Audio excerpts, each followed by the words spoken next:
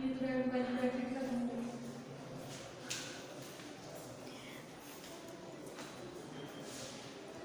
our topic is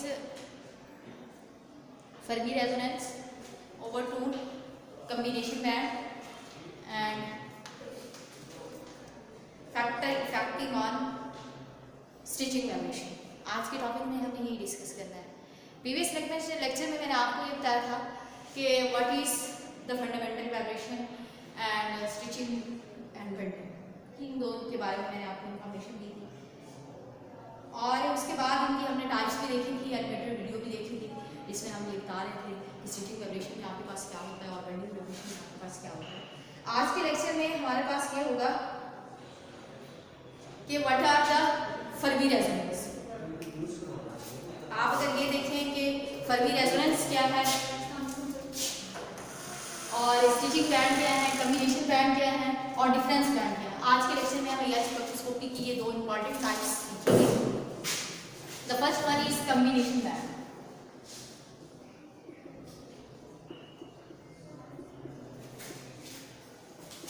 Combination band are such type of band that are arises when two or more stitching vibration combined together, then the next new vibration will be arising, that will be known as combination band.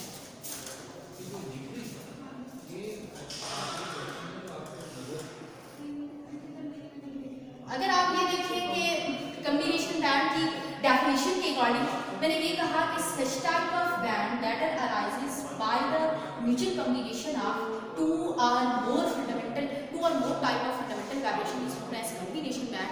तो इसको अगर हम frequency इसकी represent करें तो that's will be equal to μ1 plus μ2। These two type of vibration will be arises when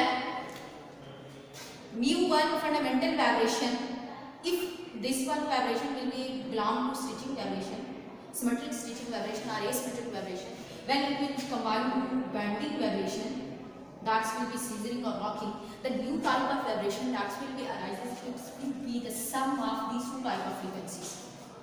Let's suppose अगर आपके पास एक stitching vibration है जिसकी आपके पास वाइब्रेशन स्टिचिंग वाइब्रेशन की फ्रीक्वेंसी की वैल्यू 1800 सेंटीमीटर इनवर्स है और दूसरी आपके पास बेंडिंग वाइब्रेशन है जिसकी आपकी वैल्यू 600 है। अगर आपके पास कम्बिनेशन बैंड अपेयर होगा किसी भी कंपाउंड का, कम्बिनेशन फर्मी रेजोनेंस और कम्बिनेशन बैंड अपेयर होगा तो that's will be equal to the sum of these two type of vibration. यानी कि आपके पास ये कैसे अपेयर होगा 600 इसमें अगर आप ऐड करें 004 और ये 24 सेंटीमीटर इनवर्स पे आपके पास एक पीक अपेयर होगी जिसको आप फर्मी रेजोनेंस हो सॉरी कम्बिनेशन बैंड बोलोगे। अगर आप कम्बिनेशन बैंड की बात करते हो कि 2400 पे कम्बिनेशन बैंड अपेयर होता है और एक ऐसी स्टिचिंग वाइब्रेशन भी अपेयर होती है जिसकी वैल्यू भी 2400 सेंटीमीटर इनवर्स है। How you can differentiate that this will be the combination band and other will be the functional group vibration of a compound. मेरा मतलब कहने का ये है कि क्वेश्चन यहाँ अराइज होता है कि 1800 और 600 के कम्बिनेशन से भी आपका 2400 आंसर आता है सेंटीमीटर इनवर्स। यदि आपकी स्टिचिंग पीरियड में ही आईआर स्पेक्ट्रम में अपडेट होगी तो इसकी वैल्यू भी इधर आती है। अगर कोई ऐसा फंक्शनल ग्रुप है जिसकी एक्चुअल आईआर वैल्यू ही 2400 सेंटीमीटर इनवर्स पे आती है तो देन आप कैसे कहोगे कि it's will be the Fermi resonance combination band and it's will be the IR stretching vibration of A functional group. तो उस केस में आपके पास दो इंपॉर्टेंट चीजें आती हैं, the shape and the peak position are the two important factors that decide either it arises from combination band or either it arises due to the stitching vibration of a functional group। मतलब ये simple wording में आपको ये बताना चाहती हूँ कि आपको ऐसे पता चलेगा कि अगर आपके पास ये कम्बिनेशन बैंड है किसी भी कंपाउंड का ये कम्बिनेशन बैंड है तो फिर आपकी जो स्टिचिंग वाइब्रेशन होगी उसकी शेप, पीक शेप और कम्बिनेशन की पीक शेप में देयर विल बी डिफरेंस। उनकी पीक क्या होगी, डिफरेंस होगी और ये इसकी पीक की जो इंटेंसिटी होती है कम्बिनेशन बैंड की वो लो होती है, और जो आपके पास वो फंक्शनल ग्रुप की पीक्स आती हैं that's will be arises due to the sum of stretching vibration और बेंडिंग वाइब्रेशन, तो वो आपके पास हायर आती हैं, हायर उनकी फ्रीक्वेंसी रीजन होता है as compare to this intensity region, और उनकी पीक पोजीशन और पीक शेप दोनों चेंज होती हैं। तो आप इजीली डिफरेंशिएट कर सकते हो कि ये आपके पास कम्बिनेशन बैंड होगा और ये आपके पास स्टिचिंग वाइब्रेशन का रीजन है। और सिमिलरली आपके पास डिफरेंस बैंड क्रिएट होते हैं। अब आप देखो डिफरेंस बैंड आप कैसे करोगे। Difference band is such type of band in higher frequency region that's will be arises due to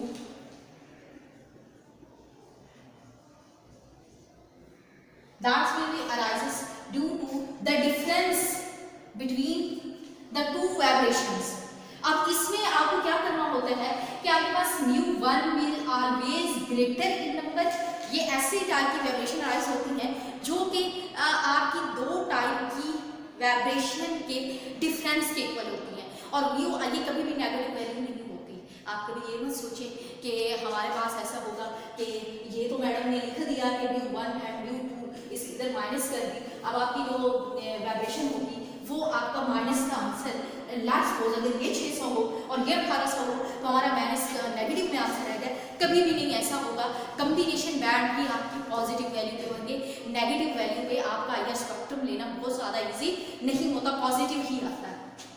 तो आपके पास जो भी वाइब्रेशन होगी, तो जब आपकी ग्रेटर वाइब्रेशन में से माइनस करोगे आप लोअर वाइब्रेशन, तो उस केस में जो आपका आंसर आएगा that's will be due to the difference band. अब आप देखो इसको अगर हम माइनस करें 1800 में से 1600, तो बाकी आपके पास क्या आएगा 1200। और बड़ी इंपॉर्टेंट बात यह है कि 1200 सेंटीमीटर इनवर्स पे जो फंक्शन ग्रुप अपेयर होता है that's will be C double bond C, sorry C single bond C, कि 1200 सेंटीमीटर इनवर्स पे कार्बन कार्बन का डबल बॉन्ड की स्टिचिंग वाइब्रेशन है जो कि 1200 पे आ रही है। लेकिन इस केस में आपका आंसर भी कौन सा है 1200 सेंटीमीटर इनवर्स। तो how you can differentiate the spectrum in which you can say that it is a difference band and it is a the functional group due to functional group P। तो आपको CO simple बात कि ये वाला जो functional group होगा इसकी P की ये वाली लेंथ आप देखेंगे कि ये लेंथ कितनी है इंटेंसिटी, और इस पी की शेप पे आप जब देखोगे तो वो आपको पता चलेगा कि ये 1200 सेंटीमीटर इनवर्स पे सी सिंगल बॉन्ड सी की है। और इसके अलावा अगर कोई 1200 सेंटीमीटर इनवर्स पे पी का पेयर हो रही है तो that's will be arises either due to combination band और डिफरेंस बैंड। तो वो कम्बिनेशन बैंड और डिफरेंस बैंड की वजह से अराइज होंगी। और ये टाइप की वाइब्रेशन जो होती हैं इनको आप पढ़ते तो हो, लेकिन इनको आइए स्टिचिंग वाइब्रेशन में इतनी ज़्यादा इंपॉर्टेंस नहीं जाती। हम A to Z इनको एलुसिडेट नहीं करते इस स्पेक्ट्रम में, क्योंकि ये एक दूसरे से मिक्सअप हो जाती हैं, कंफ्यूजन कॉज करती हैं।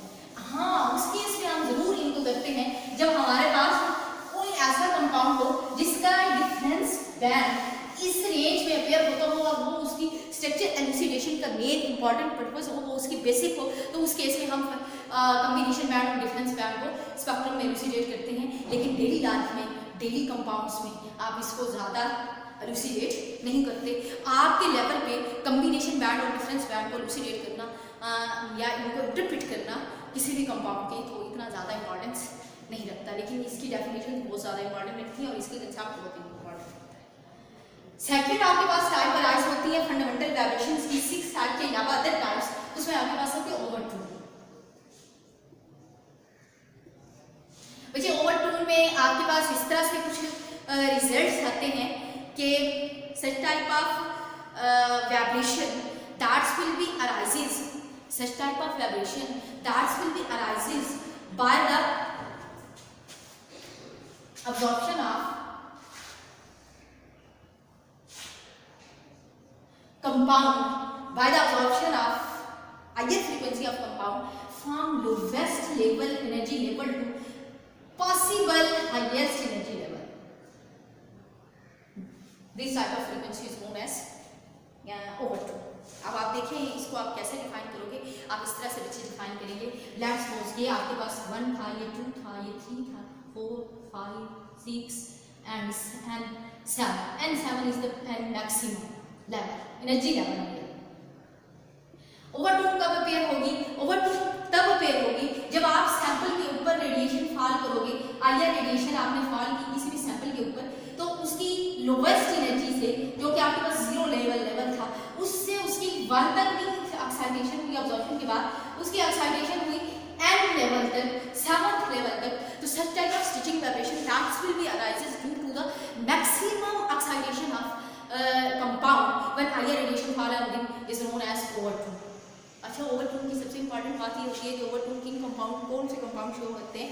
ओवरटून कार्बोनाइल कंपाउंड शो करते हैं, ऐसे कंपाउंड जिनकी इलेक्ट्रोनेगेटिविटी, जिनके अंदर इलेक्ट्रोनेगेटिव एलिमेंट हो और उसके बाद उनके पास पाई बॉन्ड अवेलेबल हो, तो ये वाले कंपाउंड आपके पास ओवरटून अपेयर होते हैं। ये कंपाउंड्स, लेकिन नाइट्रोजन के कंपाउंड्स ओवर कम अपेयर करते हैं, कार्बोनाइल कंपाउंड मैक्सिमम ओवरटून अपेयर करते हैं। और कार्बोनाइल कंपाउंड को आप डिफ्रेंशिएट करने के लिए, आप दूसरे एल्डिहाइड के दूसरे कंपाउंड से डिफ्रेंशिएट करने के लिए आप कार्बोनाइल की ओवरटून को ऑब्जर्व करते हो। जैसे मैंने पहले बोला कि कॉम्बिनेशन बैंड और वो जो डिफरेंस बैंड होते हैं, उनकी पीक शेप से आप चेंज करते हो। हायर फ्रीक्वेंसी पीक पोजीशन और पीक शेप को देख के आप स्पेक्ट्रम में उनको इल्यूसिडेट करते हैं। तो सेम इसी वे में, सेम इसी टाइप से आप ओवरटून को भी इसी बेस पे आप क्या करते हो, स्पेक्ट्रम में आइडेंटिफाई करते हो। अब आपके पास ये स्पेक्ट्रम है और इसी कंपाउंड की आप ओवरटून आएगी, तो आपको कैसे पता चलेगा कि ये कंपाउंड की ओवरटून किस टाइप की होगी और किस फ्रीक्वेंसी पे अपेयर होगी? तो आपके पास ओवरटून है 4000 to 400 सेंटीमीटर इनवर्स, ये आपके पास आइए स्पेक्ट्रम रेंज है। और आपकी ओवरटून कहाँ आएगी? कार्बोनाइल कंपाउंड की। कार्बोनाइल कंपाउंड की या किसी भी कंपाउंड की, मोस्टली कार्बोनाइल एस्टर भी देते हैं, aldehyde ketones, carboxylic acid ester, ये तमाम के तमाम कंपाउंड ओवरटून देते हैं। उनकी ओवरटून उसकी एक्चुअल फ्रीक्वेंसी के 2 म्यू के इक्वल होगी, 3 म्यू के इक्वल होगी, 4 म्यू के इक्वल होगी and so on. It is the integral multiple of the stitching frequency of carbonyl compound, of carbonyl group. वो कैसे आपको भी बता दें, एक्सप्लेन कर देते हैं। ये आपके पास जो फंक्शनल ग्रुप है, इसकी हायर फ्रीक्वेंसी आपके पास पेयर होती है 1800 सेंटीमीटर इनवर्स पे। अब ओवरटून ये आपके पास क्या है, न्यू है। अब ओवरटून कब अपेयर होगी? दैन वैन अपेयर होगी जब इसकी मल्टीपल होगा 2 मल्टीपल बाय म्यू, ये 3 multiple by mu. It is the multiple of an integral number of the frequency. ये कभी भी 1 म्यू नहीं हो सकती, ये बात आप याद रखें। 1 म्यू होगी तो 1800 होगी और 1800 पे आपके पास पीक ऑप्टेन होगी, आपके पास ओवरटून ऑप्टेन नहीं होगी। और इसकी अगर आपके ओवरटून होगी तो इसको मल्टीप्लाई बाय 2 करेंगे तो 3200 सेंटीमीटर इनवर्स पे इसकी ओवरटून आएगी। और आपको कैसे पता चलेगा इस कंपाउंड की ये ओवरटून है, ये पीक है? ओवरटून की आपकी इंटेंसिटी बहुत ज़्यादा लो होती है और ओवरटून की हमेशा शेप इस तरह से होगी। स्पेक्ट्रम में इस तरह की जो पीक देखेंगे 3200 पे, तो वो आप क्या कहेंगे कि वो वाटर की पीक नहीं है ना, वो हाइड्रोक्सिल ग्रुप की पीक है। वो आपको होगी that's will be due to overtone. Sir मैं ये रिकॉर्ड कर रही है, वो नहीं हो रहा था, इंटरनेट ठीक नहीं आ रहा, तो लाइव नहीं थी, अब रिकॉर्ड कर रही। अब हमने क्या करना है कि नेक्स्ट लेना है आपके पास, ये तो आपके होगी ओवरटून कंप्लीट, ओवरटून का कंसेप्ट ये हो गया। हमारे पास नेक्स्ट क्या आता है? Fermi resonance. Fermi resonance higher spectrum में बहुत ज़्यादा इसकी डेफिनेशन भी पूछी जा सकती है और इसको ज़्यादा इंपॉर्टेंस इसलिए दी जाती है क्योंकि आप लोग इससे ज़्यादा फेमिलियर नहीं होते। फर्मी रेजोनेंस, फर्मी रेजोनेंस वो कंपाउंड्स देते हैं, कब अराइज होती है कंपाउंड्स की? जब आपकी ओवरटून किसी दूसरी स्टिचिंग वाइब्रेशन से कपल हो जाए। मतलब अब आप देखो, एक कंपाउंड के पास आप आगे रेडिएशन फॉल कर रहे हैं, उसमें स्टिचिंग भी हो रही है, उसमें बेंडिंग भी हो रही है, ठीक है? स्टिचिंग प्लस बेंडिंग आपके पास कुछ और अपेयर हो रहा है, स्टिचिंग भी हो रही है, बेंडिंग भी हो रही है। अब जब एट अ टाइम स्टिचिंग भी हो रही है, बेंडिंग भी हो रही है, कॉम्बिनेशन बैंड भी आ रहे हैं, डिफरेंस बैंड भी आ रहे हैं, अब आप क्या कहते हो कि ओवरटून कब है? ओवरटून भी आ रही है। अब अगर आपके पास ओवरटून किसी दूसरे के साथ कपल कर जाए तो आप ये तो नहीं कहोगे कि ओवरटून ने किसी दूसरे बैंड के साथ कपल ही नहीं करता। ओवरटून अगर कपल कर जाए स्टिचिंग वाइब्रेशन से या फिर बेंडिंग वाइब्रेशन से, तो तब आपके पास या फिर कॉम्बिनेशन बैंड से या डिफरेंस बैंड से, उन तमाम टाइप की वाइब्रेशन से अगर ओवरटून आपकी कपल कर जाती है तो such type of frequency that arises is known as Fermi resonance. और ये फर्मी रेजोनेंस किन की होगी? कार्बोनाइल कंपाउंड्स की होगी, एल्डिहाइड कीटोन्स की होगी, जिनकी ओवरटून होगी उन्हीं की फर्मी रेजोनेंस होगी। अदरवाइज काफी कंपाउंड्स की फर्मी रेजोनेंस नहीं है। और इसकी भी आप शेप क्या कहते हैं, इसकी भी आपके पास इंटेंसिटी इसी तरह की इसकी शेप पी की शेप होती है आईआर स्पेक्ट्रम में। अभी तक जो पढ़ा मुझे नहीं पढ़ा कि जैसे आप लोगों को कुछ समझ भी आ गया होगा, कुछ कन्फ्यूजन भी काज हो गई होगी कि हम आईआर स्पेक्ट्रम में इतनी सारी पीक्स को कैसे डिफरेंशिएट करेंगे, how we can differentiate a lot of peaks, how we can memorize the peak shape and peak position of each and every function group। तो इसके लिए आपको क्या करना होता है कि सम फैक्टर्स पढ़ने होते हैं और कुछ वैल्यूज को आपको मेमोराइज करना होता है इंटरप्रिटेशन के लिए, और कुछ रूल्स फॉलो करने होते हैं, देन आप A to G each and every compound की स्ट्रक्चर डिस्ट्रीब्यूशन कर सकते हैं। हाँ, आपको कंसेप्ट होना चाहिए। रिवाइज कर देती हूँ दोबारा से कि पढ़ा क्या, स्टिचिंग आईआर कंपाउंड, किसी भी कंपाउंड के ऊपर आईआर रेडिएशन फॉल की सैंपल के ऊपर आपके पास दो टाइप के फिनोमेना हुए, या तो बॉन्ड एंगल चेंज हुआ या बॉन्ड लेंथ चेंज हुई। इट्स मीन या तो स्टिचिंग वाइब्रेशन है या बेंडिंग वाइब्रेशन है। और स्टिचिंग वाइब्रेशन के कंसेप्ट को हमने देखा तो हमने ये कहा कि such type of vibration that is rises due to change in bond length. Bond length change हुई तो आपने कहा स्टिचिंग वाइब्रेशन है, और इसी तरह से आपके पास बॉन्ड एंगल चेंज हुआ तो आपने कहा बेंडिंग वाइब्रेशन है। जब आप फर्स्ट उसकी टाइप पे दें तो 6 फंडामेंटल वाइब्रेशन अराइज हुई। दो आपके पास स्टिचिंग वाइब्रेशन की टाइप्स थी, एसिमेट्रिक एंड सिमेट्रिक, और देन आपके पास बेंडिंग वाइब्रेशन की टाइप्स थी। वो आपके पास कौन सी थी, scissoring, rocking, twisting and so on. आप इसको प्रीवियस लेक्चर में हमने बहुत अच्छे तरीके से इनको डिस्कस किया, एनिमेटेड वीडियो से भी इनकी टाइप्स को डिफरेंशिएट किया। उसके बाद आज के लेक्चर में हमने ये पढ़ा कि what is the combination band.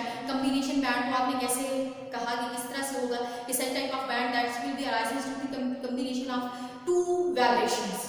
दो वाइब्रेशन के कॉम्बिनेशन से बनेगा, या तो वो दो स्टिचिंग हो सकती है या स्टिचिंग प्लस बेंडिंग हो सकती हैं, या फिर बेंडिंग प्लस बेंडिंग भी हो सकती है। इनकी कॉम्बिनेशन से अराइज होगी न्यू फ्रीक्वेंसी अराइज, और इसी तरह से डिफरेंस है वो तो डिफरेंस बैंड आ जाएगा।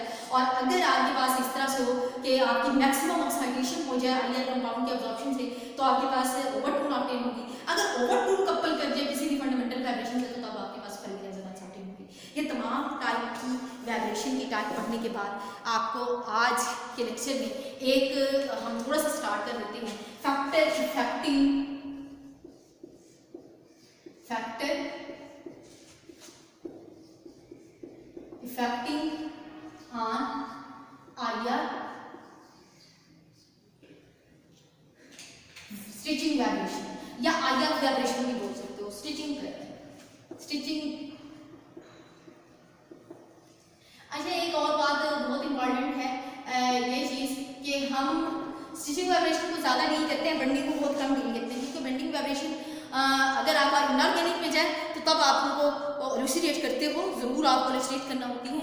लेकिन आप ऑर्गेनिक कंपाउंड में बेंडिंग वाइब्रेशन किसी किसी कंपाउंड की देखते हैं। ईच एंड एवरी कंपाउंड की बेंडिंग वाइब्रेशन की 4 टाइप्स को डिस्कस नहीं करते। इनऑर्गेनिक कंपाउंड को जब आप रिसर्च कर रहे होते हो तो उस वक्त आप डिस्कस करते हो, और इसको मैं फर्दर भी आपको एक्सप्लेन कर दूंगी, लेकिन अभी हम स्टार्टिंग में हैं। जब तक हमें ये फैक्टर्स नहीं आएंगे, ये कंसेप्ट बेसिक क्लियर नहीं होंगे, तब तक आपको आईआर का स्पेक्ट्रम एलुसिडेट करना बहुत ज़्यादा डिफिकल्ट होगा, क्योंकि स्पेक्ट्रम को एलुसिडेट करने के लिए आपको बेसिक कंसेप्ट क्लियर होने चाहिए।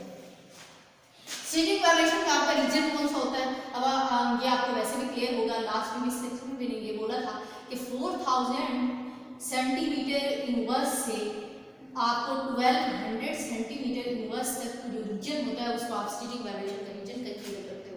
मोस्टली यही होता है। हाँ, समवट 100 to 200 अबव बिलो हो सकता है। अब इसका पहला फैक्टर क्या होता है? फैक्टर का मतलब होता है वो फैक्ट्स, वो कंसेप्ट्स, या वो चीज़ें, या वो एंटिटीज जो किसी भी कंपाउंड के अंदर मौजूद हों और वो इस वाइब्रेशन रीजन को इंक्रीज या डिक्रीज कर दें, इनको आप फैक्टर बोल रहे हैं। अब वो कौन सी एंटिटीज हैं जो किसी कंपाउंड के अंदर होती हैं और आपकी स्टिचिंग और बेंडिंग वाइब्रेशन पे इफेक्ट करती हैं, तो उन एंटिटीज को हम वन बाय वन डिस्कस करेंगे। आज के लेक्चर में मैं आपको जस्ट फर्स्ट फैक्टर एक्सप्लेन करूंगी, फिर नेक्स्ट लेक्चर में हम मूव ऑन करेंगे। देखिए, आपको एक बात बता दूं, अगर आपके पास ये कंपाउंड है, लेट्स सपोज कोई भी कंपाउंड है, कार्बन का कोई कंपाउंड है किसी, जैसे हम ये कह देते हैं कि ये वाला आपके पास कंपाउंड है,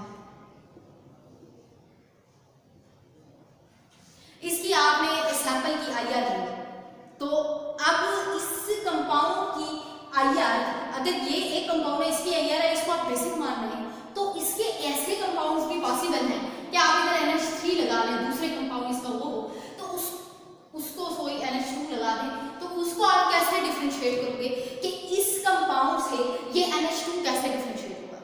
या फिर आप एक बात देखें, तो ये तो आपके पास एक ऐसा कंपाउंड है, एक तो आपके पास डबल बॉन्ड है, एक ऑक्सीजन के साथ अटैच है कार्बन का डबल बॉन्ड, और ये बेंजीन के कार्बन का डबल बॉन्ड है, और इसके अलावा अगर मैं इसको फर्दर इस तरह से कर दूं कि C डबल बॉन्ड C, तो अब आप देखेंगे कि इसकी वैलेंसी आप खुद सेटिस्फाई कर ले, ये HH और ये भी आपके पास H आ जाएगा। तो अगर ये वाला कंपाउंड है, इस कार्बन को, यहाँ भी तो आपके पास ऑल्टरनेट कॉन्जुगेशन है, तो इन कार्बन का डबल बॉन्ड इस कार्बन के डबल बॉन्ड से कैसे डिफरेंशिएट होगा।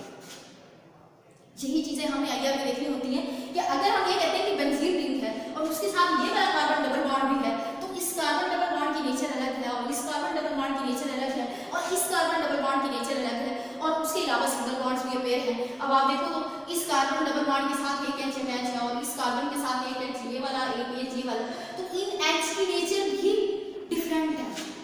क्यों?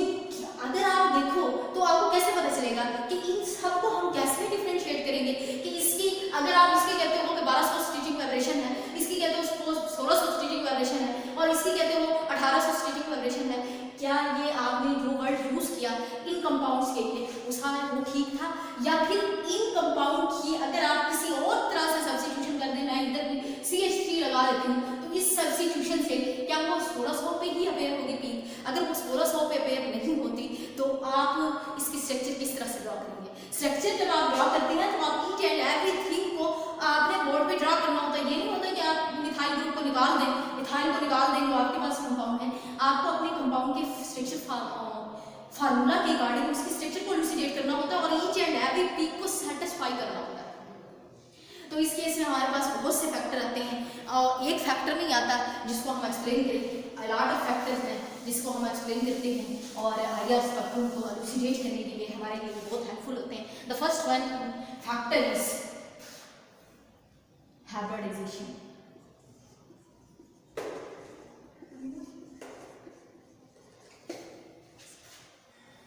हाइब्रिडाइजेशन में हम क्या करते हैं, देखिए बच्चे, आपके पास हाइब्रिडाइजेशन जैसे आपको पता है कि आपके पास ऑर्गेनिक कंपाउंड कितने टाइप के हाइब्रिडाइजेशन शो करते हैं। अभी मैं ऑर्गेनिक कंपाउंड की बात करूंगी, फिर इनऑर्गेनिक में भी ऐसे होगा, लेकिन ऑर्गेनिक इसलिए करते हैं क्योंकि लीगेंड आपके पास इनऑर्गेनिक कंपाउंड में लीगेंड प्लस मेटल कॉम्प्लेक्स बनता है, तो लीगेंड की नेचर ऑर्गेनिक है, तो आपको ऑर्गेनिक थोड़ी सी पढ़नी पड़ेगी, और आप स्पेक्ट्रम को आपको ओवरऑल इलुसिडेट करना होता है। ये नहीं होता कि ऑर्गेनिक पोर्शन को छोड़ के इनऑर्गेनिक को इलुसिडेट करें।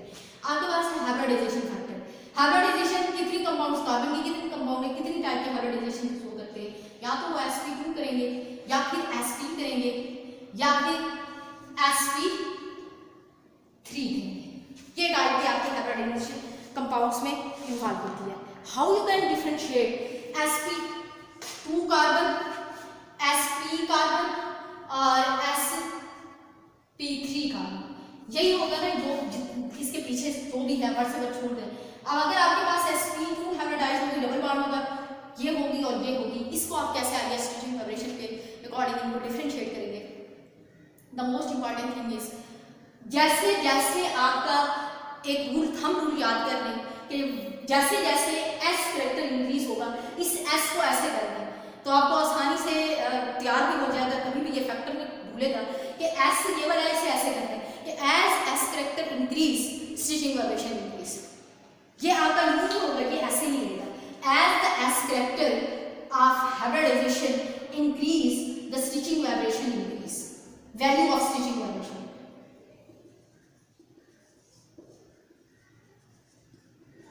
increase। अब ये कैसे होगी इंक्रीज, आपको इसकी रीजन क्या होगी कि ये तो हमने फैक्टर बता दिया कि एक याद करने का थंब रूल है कि ऐसे ये थंब रहेगा, स्टिचिंग वाइब्रेशन की इंक्रीज, s character इंक्रीज। क्यों? क्योंकि जैसे जैसे s कैरेक्टर इंक्रीज होता है तो आपका जो फैक्टर होता है एस्टिक कैरेक्टर, वो आपके बॉन्ड वो भी इंक्रीज होता है और बॉन्ड लेंथ डिक्रीज होती है। एज s कैरेक्टर इंक्रीज तो बॉन्ड लेंथ रीजन क्या है, डिक्रीज। अब बॉन्ड लेंथ जब आपके पास डिक्रीज होगी तो आप क्या बोलोगे कि बॉन्ड लेंथ डिक्रीज, तो as a result bond become strong. इनके ये देखिए ये वाली बॉन्ड लेंथ डिक्रीज होगी तो ये बॉन्ड स्ट्रांग होगा, और फिर कौन सा बॉन्ड स्ट्रांग होगा, ये वाला बॉन्ड स्ट्रांग होगा, और सबसे वीक बॉन्ड ये होगा। तो जितना बॉन्ड्स स्ट्रेंथ आपकी स्ट्रांग होगी उतना आपकी आईआर रेडिएशन हाई होगी।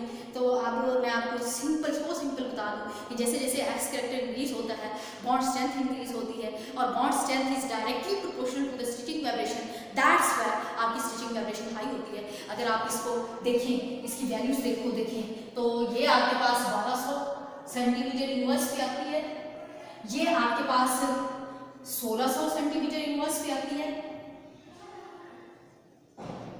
और ये वाली आपके पास ऐसी टाइपिंग की होती है, ये आपके पास आती है I think so 3000 centimetre inverse. ये नेक्स्ट लेक्चर में आपको क्लियर कर दूंगी। इसमें 3000 सेंटीमीटर इनवर्स होती है, लेकिन ये सबसे ज़्यादा होती है। अब आपको एक बात और भी याद रखें कि sp2 हाइब्रिडाइज्ड कार्बन में मैंने सिर्फ एलिफैटिक कहा, एरोमेटिक नहीं कहा। एरोमेटिक का अलग फैक्टर होता है, क्योंकि आप जब डिफरेंशिएट करोगे कि 1600 पे आप में डबल बॉन्ड आता है तो 1600 पे बेंजीन का डबल बॉन्ड पेयर नहीं हो भी सकता है, नहीं भी हो सकता, तो उसके फैक्टर्स अलग हैं। लेकिन अभी हमारे पास क्या होता है कि sp2 हाइब्रिडाइज्ड कार्बन हमेशा 1600 पे आती है, और ये 1200 पे आती है, और ये 3000 पे आती है। जैसे जैसे s कैरेक्टर इंक्रीज है तो स्टिचिंग वाइब्रेशन इंक्रीज होगी। आपको मैं कुछ कंपाउंड देती हूँ, उसके आप मुझे स्टिचिंग वाइब्रेशन बताइएगा on the base of hybridization each and every compounds की। आप मुझे ये बताइएगा कि इसकी स्टिचिंग वाइब्रेशन हाई होगी या लो होगी। This is your assignment. देखिए ये आपके पास है C double bond O, C double bond C and C chain बना लेते हैं ट्रिपल बॉन्ड C। इसकी आप वैलेंसी खुद सेटिस्फाई कर लें। ये वैलेंसी आपके पास सेटिस्फाई है। अब आपने मुझे ये बताना है कि किस डबल बॉन्ड की थ्योरेटिकली वैल्यूज का ऑर्डर क्या होगा, यानी कि triple bond will be greater than this one, double bond will be greater than this one और नॉट। ये आपकी असाइनमेंट है, इसको रिजॉल्व करेंगे और कमेंट सेशन में इसका मुझे आंसर देंगे after this complete lecture. Thank you so much.